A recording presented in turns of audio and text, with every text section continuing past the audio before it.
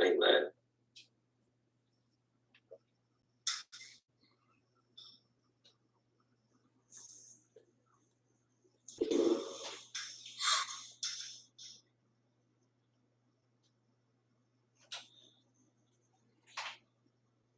Where are you getting yours? All right, I think we are live on Facebook and YouTube. So good evening and Dhamma greetings to all our venerable monks, and we don't see nuns here today, and to our lay Dhamma friends who are here from different cities, different countries, I guess, and it is a joyous weekend for all of us, and I would like to wish you all happy Vesak and happy Buddha Purnima. And throughout this month, we had a lot of Vesak programs on every weekend. And I know yesterday and day before was the busiest weekend for all the temples across the world, especially in North America. And you might be tired, but I'm glad that you came to attend this biweekly sutra discussion. So before we get into the discussion, let us pay our respect and homage to the Buddha. Let us recite Namo Tassa 3 times together. Namo Tassa Bhagavato Arahato Samma Sambuddhassa. Namo Tassa Bhagavato Arahato Samma Sambuddhassa. Namo Tassa Bhagavato Arahato Samma Sambuddhassa. I pay my respect and homage to him, the Blessed One, the Worthy One, the fully enlightened Buddha. Okay, so I would like to introduce our venerable monks and nuns to our audience. So today we are very happy to have the presence of Venerable Yoga Vajrapala, and you have been kind of busy for the past couple of months and busy with teaching, and today you made sure to join us, and it's a great motivation for us. So thank you for being here with us for this discussion. And I think you're joining the discussion from Washington, D.C. Actually, I'm in Maryland, not Washington, D.C. Maryland. Maryland. And then we have Venerable Ananda. He is joining the discussion from Cambridge, Ontario, Canada. And we have Venerable Trudeau. He is joining the discussion from Florida. And we have Venerable Jayasara. He's joining the discussion from New York. And then we have Venerable Somavangsha. He's joining the discussion from Vancouver, British Columbia, Canada. Then we have Venerable Shantasobana. He's joining the discussion from Los Angeles, California, USA. And then we have Venerable Bhante Jinananda. He's joining the discussion from Ottawa, Canada. And then we also have, let me see who else we have. We have some monks. Bhante Sankit is here. Venerable Dhammalankar is here. And Bhante Pevaratana is here. You should have your cameras on, Venerables, so that people can see you. Okay, I can see Bhante Sankita now. And also we have some Dhamma friends who are here on Zoom platform. So I would like to welcome all of you to our bi-weekly Sutra discussion. And I also would like to welcome our friends who are watching this program live on Facebook and YouTube. So it is such a great day for us, and as I said earlier, this is the blessed and holy month for the Buddhists around the world. And all of you had a lot of Vesak program, Buddha Purnima programs at your temples with your devotees. And it was a very meaningful the month for all of us. So on this Vesak month, Buddha Purnima month, I thought of a sutra from the Majjhima Nikaya known as the Arya Pariyesana Sutta. That is the Majjhima Nikaya Sutta number 26. So here we go. I see now Bhante Pema. Welcome after a long time from Pittsburgh. I know also congratulations on your teaching at the university now. I don't know whether it's full time or part time, but very happy to see a scholar monk teaching at the university. And I know you're busy, so you made sure to come today. So I don't know, we don't have any monk to give a summary or to talk about the summary of this sutra. And is there any monk who would be willing to give us a summary of this sutra? I normally ask Bhante Ananda from Cambridge. Please go ahead. Thank you, Bhante. I usually, because you asked me, I recommend the sutra. In fact, it's one of my favorite sutras, so I would like to comment on that. So, Bhante, something happened. Again, greetings all venerables, Dhamma friends. So, Bhante, yesterday I happened to participate in another Vesak celebration, and I was driven back to the monastery by a dear friend, Hindu. He's a Hindu by background, but then he was telling me his story, how he got caught by a group of rebels and who captured him for ransom in Ghana, Africa. And then he has gone through that ordeal and how that in a flash he remembered what's the value of life and all that, because he was the third in line. The first one was shot, the second one was shot, and he was the third one. So in miraculous stories, we somehow managed to. Negotiate with the rebels, and then got out of the situation and came back to Canada. And then he pursued on a degree, masters in negotiation. So he was telling that story. Now, why I mentioned that story is there are very few instances where we get to hear the story of Buddha, his own experience. And if we open the link discourse, Samyutta Nikaya, we find technical details, Paticca and all. But here, it's a beautiful story of how Buddha became Buddha. So I think that there's a lot of inspiration that we can get, and there's a lot more practical end that we can get from a sutta like that. I particularly like the Arya Pariyesana Sutta and the Mahaparinibbana Sutta for that matter. So the sutta has a few sections. Introduction of the background or the context, which happens at the Brahmaka ascetics place. And then Buddha discuss about the noble and the ignoble searches, Arya Pariyesana and the Anarya Pariyesana. And then Buddha goes into the most beautiful part, Buddha's own seek or search for, quest for the noble truth. And then how he encountered the teachers and the different ascetic practices Buddha had. And then the own enlightenment under the Bodhi tree. And then it goes to the decision to teach. Buddha was a little reluctant, hesitant to do the teachings. And then the first teachings to the 5 ascetics. And then the context, rough content of the first sermon. So it goes around there. So the first part, the Arya Pariyesana and the Anarya Pariyesana, the noble quest and the ignoble quest, Buddha says that if someone is looking for blissfulness or peacefulness in things which are subjected to birth, decay, deterioration, that is not a noble quest.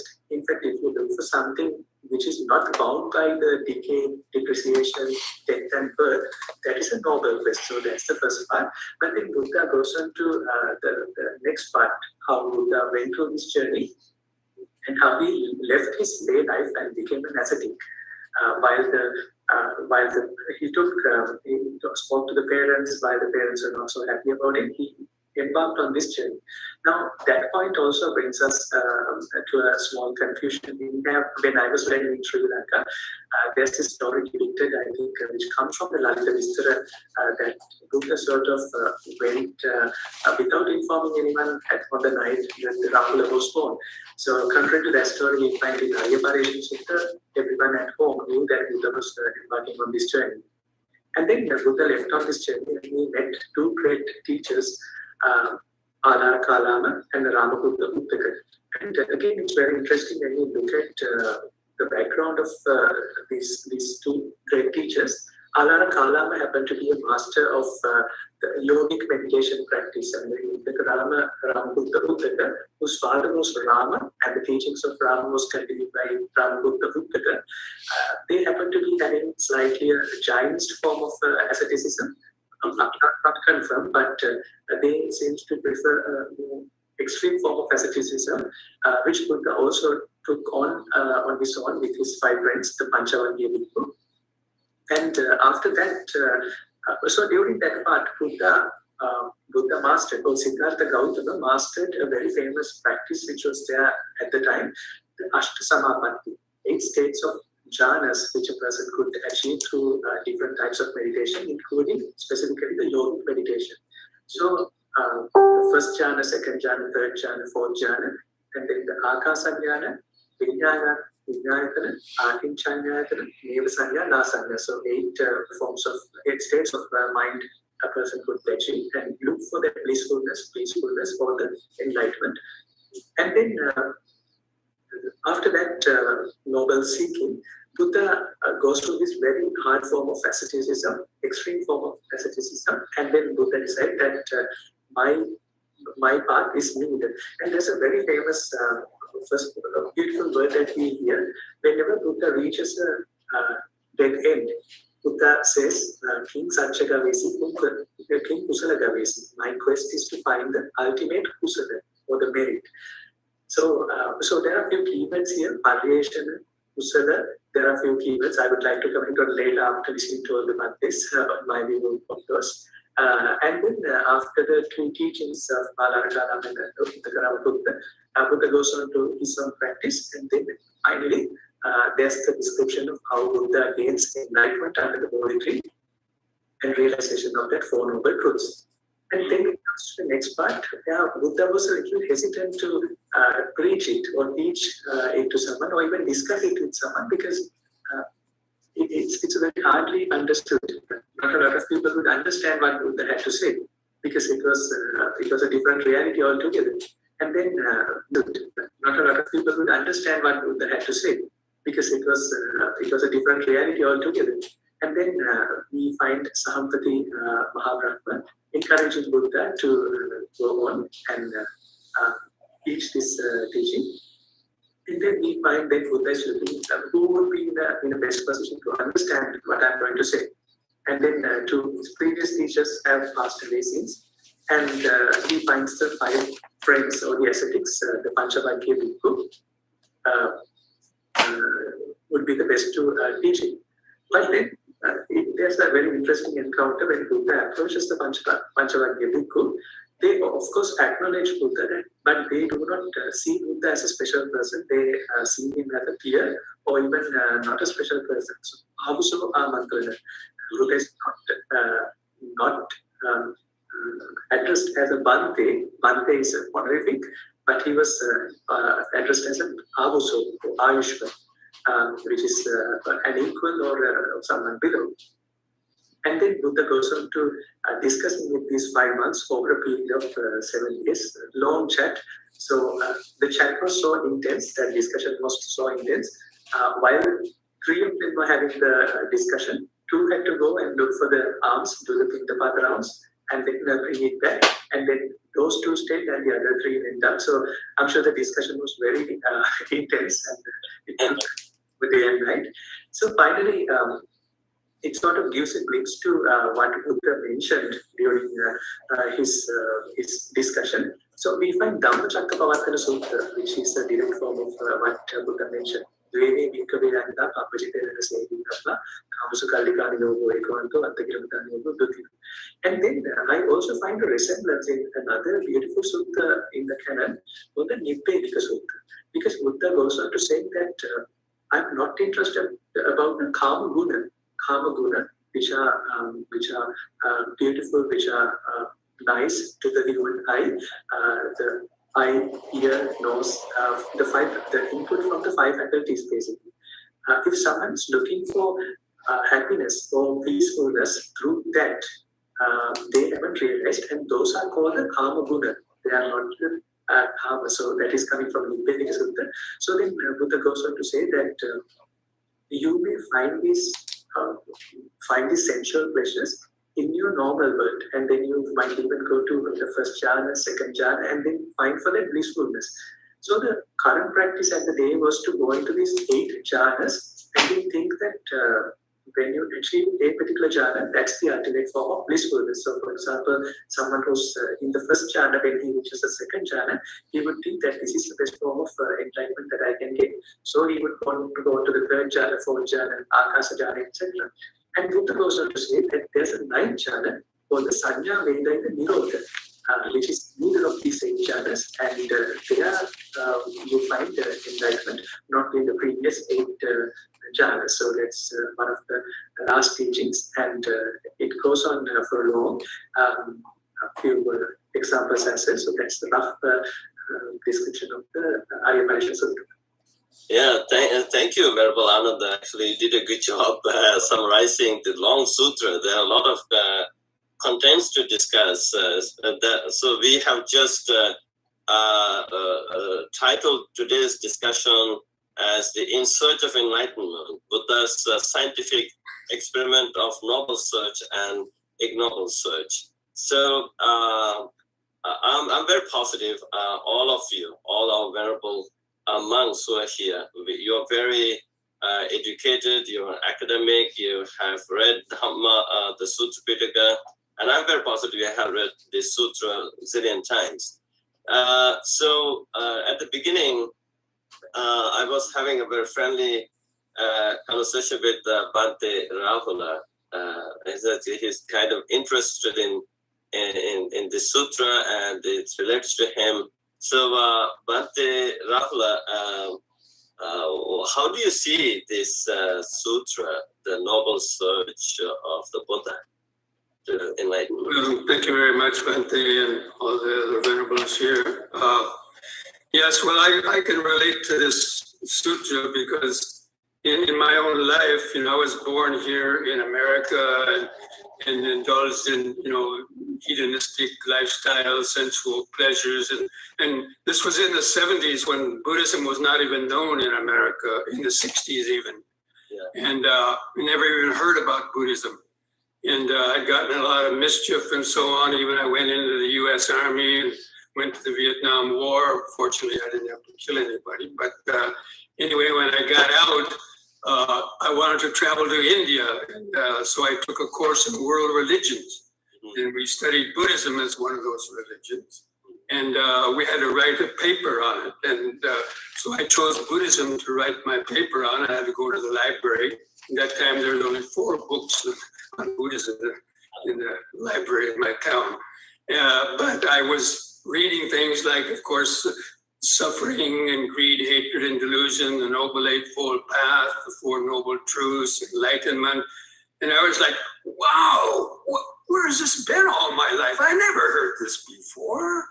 The school teachers never taught me this. The president, the politicians, they never talk about this. Where's this been? So it kind of awakened for the first time something larger. And then I had the chance to, travel to India, and not necessarily on a spiritual quest, but to follow the hippie trail. And I stayed stoned most of the time and getting into mischief and problems. I even got busted in Afghanistan and put in prison for trying to smuggle hashish, and luckily got out with my life. And then finally I got to, I was going to Nepal to go trekking, and And the journey took me through Sarnath. And I stopped at Sarnath where the Buddha gave his first sermon. I was trying to remember what I had learned in that course that I took about enlightenment, and I was wondering, that I wanted to get off all this smoking hashish and other drugs, but I didn't really know how. And then I was remembering that, and I saw a little book about meditation. I said, meditation, that's probably what I really need to do. And then a few weeks later, trekking, I talked to some Westerners who mentioned Bodh Gaya. There was a meditation course in Bodh Gaya, or actually a Tibetan meditation course in Kathmandu. So something inside said, that's my chance. That's what I got to do. I want to go and explore this teachings of the Buddha in more detail. So I went to that course, and after 2 weeks of studying the basic teachings of the Four Noble Truths and suffering, and 2 weeks of studying the basic teachings of the Four Noble Truths and suffering and so on, I had a kind of an epiphany, or a very powerful experience that just changed my life, and it was a deep insight, and it was so profound. I wrote in a little book that I was keeping a little diary. Today is the Thanksgiving Day, 1973. Today I'm reborn. This is the first day of the rest of my life. It was like I became totally convinced of the Dhamma. And that took me down to Bodh Gaya again, where I met monks from Sri Lanka. And I was thinking about becoming a monk because I had lost all desire to go back home and lead a regular life.